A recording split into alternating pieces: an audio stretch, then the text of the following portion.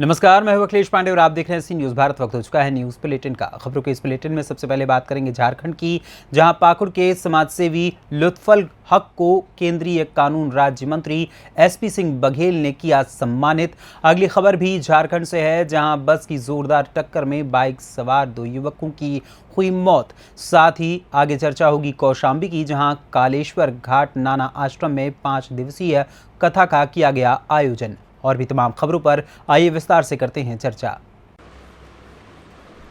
खबर हरियाणा से है, जहां प्रदेश के सहकारी बैंकों में काम के लिए स्टाफ नहीं है। वहीं राज्य सहकारी एवं ग्रामीण विकास बैंकों में 84% पद रिक्त पड़े हुए हैं। वहीं दूसरी ओर इन बैंकों की सुरक्षा व्यवस्था भी राम भरोसे है। विधानसभा के बजट सत्र में कांग्रेस विधायक शमशेर गोगी ने इस मुद्दे को बड़े जोर शोर से उठाया था, जिसे सहकारिता मंत्री डॉक्टर बनवारी लाल ने सहजता के साथ स्वीकार किया और स्टाफ की स्थिति के आंकड़ों पर भी अपनी मोहर लगाई। और उन्होंने माना कि सहकारी बैंकों में स्टाफ की कमी है और पिछले 1.5 दशक से कोई नई भर्ती नहीं हुई है। वहीं दूसरी ओर रेवाड़ी कोऑपरेटिव बैंक मुख्य शाखा के जीएम ने भी माना कि रेवाड़ी के सहकारी बैंकों में भी स्टाफ की भारी भरकम कमी है और सुरक्षा गार्ड के 33 पदों में सिर्फ एक ही रेगुलर सुरक्षा कर्मी है। इसी तरह रेवाड़ी के कई बैंकों में ऐसी ही हालत है। सर, प्रदेश भर के अंदर सहकारी बैंकों में स्टाफ की कमी देखने को मिल रही है। ऐसे में कितनी मुश्किलों का सामना करना पड़ता है और अपने रेवाड़ी के इस बैंक की क्या स्थिति? जहाँ तक स्टाफ का इशू है, वो सभी सहकारी बैंकों में इस समय रेगुलर स्टाफ की कमी है। पीछे से इसके बारे में मीडिया में भी आई है और समय समय पे हम भी सरकार से ये अपने माध्यम से उठाते हैं। जैसे मैं अगर रेवाड़ी की बात करूँ तो हमारे यहाँ पे टोटल 193 सैंक्शन पोस्ट हैं, लेकिन अभी रेगुलर एम्प्लॉय उसके अगेंस्ट 45 लगे हुए हैं। तो रिमेनिंग जो कमी है सारी, उसको हम आउटसोर्स से पूरा करते हैं। और अभी जो कौशल रोजगार है हरियाणा सरकार का, उसके माध्यम से कर्मचारी काम कर रहे हैं। और आवश्यकता इस बात की है कि अच्छे स्किल्ड पर्सन और इस तरह के कंप्यूटर के जानकार उनको किया जाना चाहिए। हमने पीछे हरको बैंक को इसके लिए ऑथराइज भी किया था कि आप हमारी ये रिक्रूटमेंट का काम पूरा करवाइए, लेकिन हरको बैंक में किसी कारण से वो काम भी बीच में रुका हुआ है। अभी पीछे हमारी सभी जीएम्स की मीटिंग थी, आरसीएस ऑफिस में मीटिंग थी, तब भी हमने ये इशू उठाया था कि जल्दी से जल्दी इसमें अगर भर्तियाँ होंगी तो लोगों को रोज़गार मिलेगा और इवन बैंक का काम फिर अच्छा चलेगा, स्मूथली चलेगा। और सहकारी बैंक में ग्रामीण क्षेत्र से जुड़ा हुआ बैंक है और किसानों को ऋण उपलब्ध करवाने में सबसे पहला नंबर भी है। और जो सरकार की योजना से पेंशन है, उसके भी काफ़ी अकाउंट हमारे पास हैं, तो वो भी हम उपलब्ध करवाते हैं। लेकिन ये है कि हम इस समय स्टाफ की कमी से जूझ रहे हैं। सुरक्षा व्यवस्था एक बहुत बड़ा मुद्दा है। 612 वैकेंसीज आज भी वैकेंट है प्रदेश भर के अंदर, लेकिन मात्र 7 आप जो 612 कह रहे हो, ये हरियाणा की है टोटल नौकरी, जिसको कहना चाहिए। हमारे बैंक में भी 33 गार्ड की सैंक्शन पोस्ट है, उसके अगेंस्ट अभी सब लोग रिटायर हो गए हैं, तो रेगुलर एक ही है। लेकिन बाकी जो रिमेनिंग है वो हमने भी एजेंसी से हायर करके चलाते हैं, तो उसी से काम चलता है। एक सर, स्टाफ की कमी होना है, इसके पीछे कहीं ना कहीं बैंकों की कमज़ोर वित्तीय स्थिति भी मानी जाती है। क्या मानते हैं कि जो ऋण जो किसानों को दिया जाता है समय पर उसकी वापसी नहीं होती, या कोई ऐसा ठोस कदम नहीं उठाया जाता है कि वो ऋण वापस आए? नहीं, ऐसा नहीं है। रेवाड़ी की जहाँ तक मैं बात करता हूँ, यहाँ पे रिकवरी परसेंटेज हमारी पैक्सों की अच्छी है, दूसरों के बनिस्बत अच्छी हैं। लेकिन सरकार ने समय समय पे ओटीएस स्कीम भी लेके आई है सरकार, उसमें भी रिकवरी हुई है। फिर भी कहीं ना कहीं किसान है जो रूरल एरिया में है, वो कोऑपरेटिव बैंक के पैसे को लेके उनके दिमाग में कभी ना कभी किसी माफी का या और इस तरह का इंतजार रहता ही है। हम उनको कन्विंस भी करते हैं, हमारा स्टाफ भी फील्ड में जाता है, वो भी उनको समझाता है। तो 2 बार जो ओटीएस की स्कीम आई, उसमें अच्छी रिकवरी भी हुई है। पैक्सों की स्थिति थोड़ी ज़्यादा अच्छी नहीं है उसके कारण से। और हमारी जो रेवाड़ी की पैक्स हैं, उसमें डहीना और 2-3 पैक्स हैं, वो तो बहुत अच्छी। डॉक्टर साहब, प्रदेश की जो सहकारी बैंक हैं उसके अंदर स्टाफ की काफ़ी कमी है। 84% जो स्थान है वो रिक्त पड़े हुए हैं। क्या कारण, क्या मानते हैं? देखो, ये बिल्कुल ठीक है। जो हमारा सैंक्शन स्टाफ है उसके अगेंस्ट हमारी स्ट्रेंथ कम है, लेकिन हमारे विभाग ने आउटसोर्स पर कर्मचारी रख करके और बैंक का काम सुचारू रूप से चलाने का कर रही है। और आगे भी हम इसके रिक्वेजिशन भेजेंगे और जल्दी से रेगुलर भर्तियाँ हों और कुछ प्रमोशन हों।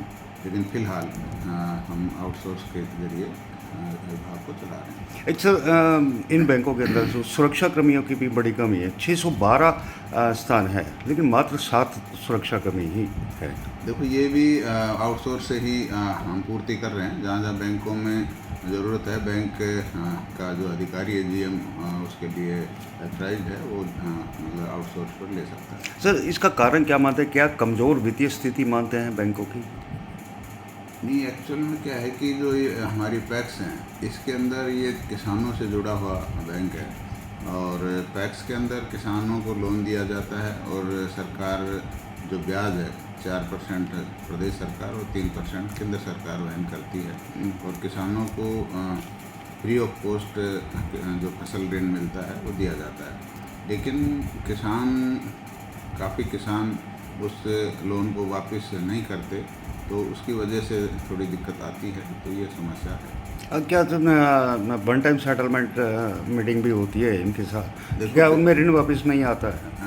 ये क्या होता है कि जैसे हम ब्याज और पेनल्टी जो भी चीज़ होती है वन टाइम सेटलमेंट में हम करते हैं। जो भी किसान ऋणी है और उसका वही पेनल्टी लगी हुई है, उसको ब्याज है, वो सब हम वन टाइम सेटलमेंट के अंदर माफ़ कर देते हैं, लेकिन फिर भी कुछ एक किसान रह जाते हैं। सर, क्या आगे का प्रोसीजर रहेगा, रणनीति रहेगी ताकि स्टाफ की कमी न रहे, सुरक्षा व्यवस्था दुरुस्त हो?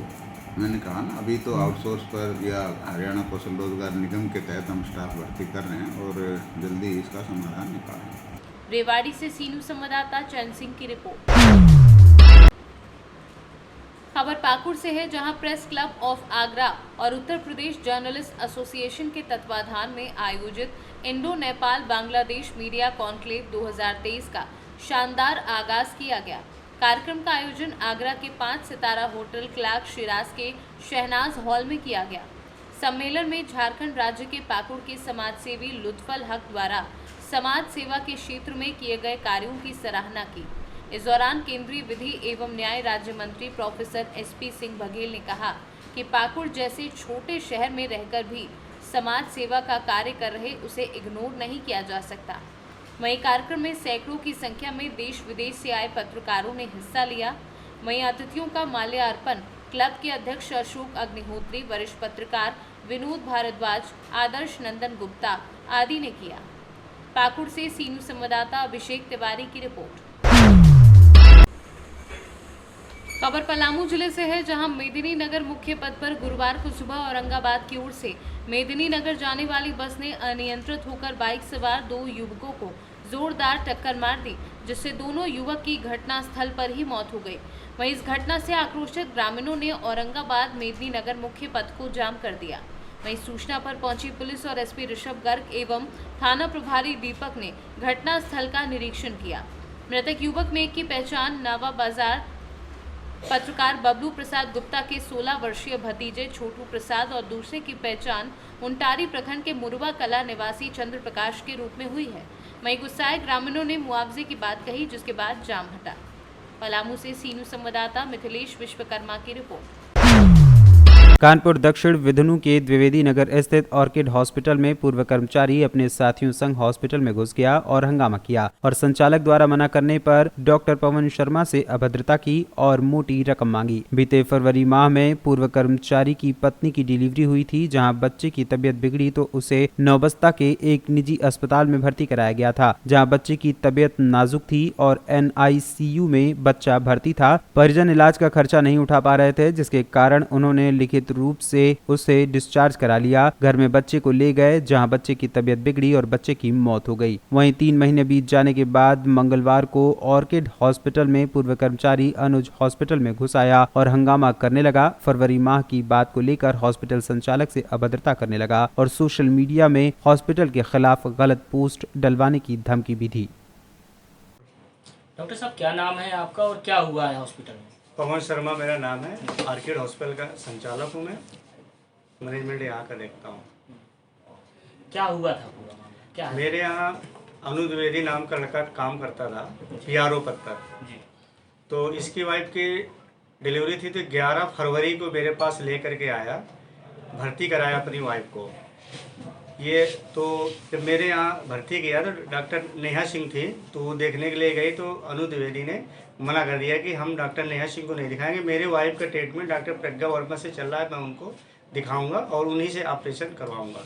तो इसने डॉक्टर प्रज्ञा वर्मा को फ़ोन किया तो डॉक्टर प्रज्ञा वर्मा ने बोला कि मैं 8 बजे के पहले बेटा नहीं आ पाऊँगी। तो मैंने अनुज को बोला कि देखो डॉक्टर प्रज्ञा वर्मा 8 बजे पहले नहीं आएंगे, तुम्हारी वाइफ को बच्चे को दिक्कत हो सकती है क्योंकि बच्चे की हार्ट बीट बहुत कम चल रही है।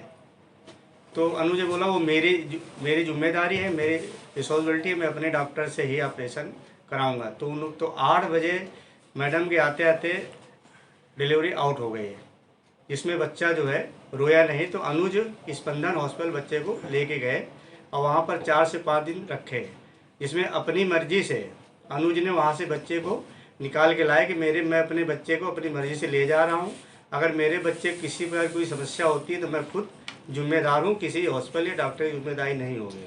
तो क्या वहाँ पर किसी तरीके से लिखित देकर आए थे? हाँ, लिखित देकर वहाँ पर अनु द्विवेदी आए हुए हैं कि मैं अपनी मर्जी से बच्चे को ले जा रहा हूँ, मेरी जिम्मेदारी है। अब क्या हुआ, करंट क्या हुआ है? करंट ये हुआ कि उगाही के चक्कर में करंट फिर 3 महीने बाद मेरे पास हॉस्पिटल के बाहर आए, धरना प्रदर्शन किया, उसमें उगाही किया, बदतमीजी किया, गाली गौर किया, पैसे की मांग किया। बोले अगर पैसे आप नहीं दोगे तो हम नर्सिंग होम में ताला लगा देंगे, आग लगा देंगे, जान से मार देंगे तुम्हें। तो मैं ये चाहता हूँ बिंदु थाना प्रभारी से या शासन से चाहता हूँ कि मेरे जान का खतरा है और सख्त अनुज द्विवेदी के ऊपर कार्रवाई की जाए। क्या ये षड्यंत्र पूरा रचा ये गया है? षड्यंत्र, हाँ, ये हॉस्पिटल को बदनाम करने की साजिश है। कानपुर से सी न्यूज संवाददाता आयुष मिश्रा की रिपोर्ट।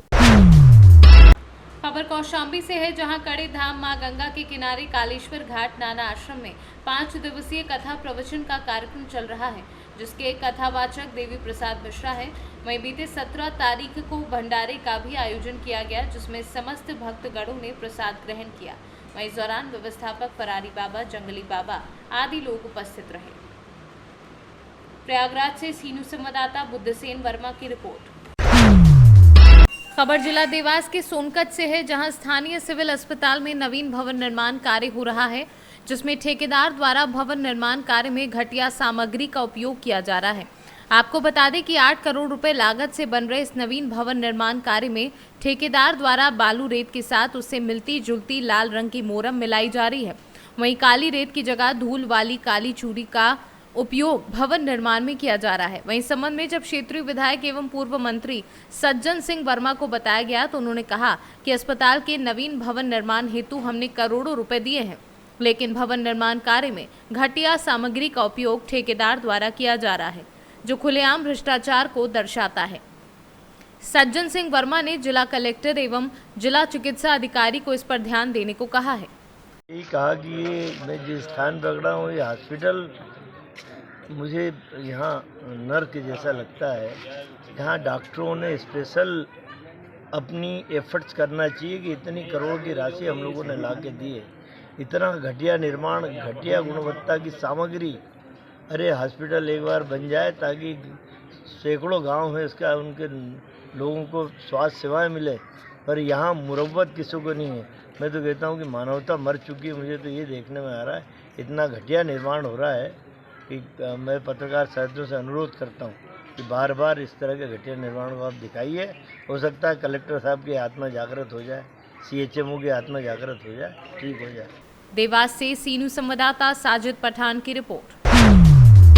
खबर झारखंड से है, जहां लिट्टीपाड़ा प्रखंड मुख्यालय के लिट्टीपाड़ा गांव निवासी पूर्णिमा देवी का घर तेज बारिश व तूफानों ने उजाड़ दिया। ये घटना रात के समय हुई, जब घर से सभी लोग सोए हुए थे। इसी बीच तेज हवा के साथ बारिश शुरू हुई।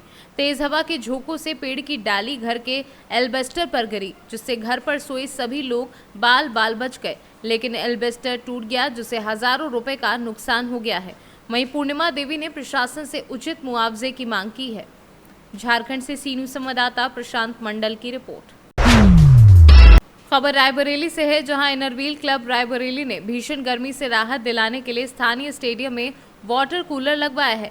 मोतीलाल नेहरू स्टेडियम में आयोजित कार्यक्रम के उपरांत इनरव्हील क्लब के पदाधिकारियों द्वारा वाटर कूलर का उद्घाटन किया गया।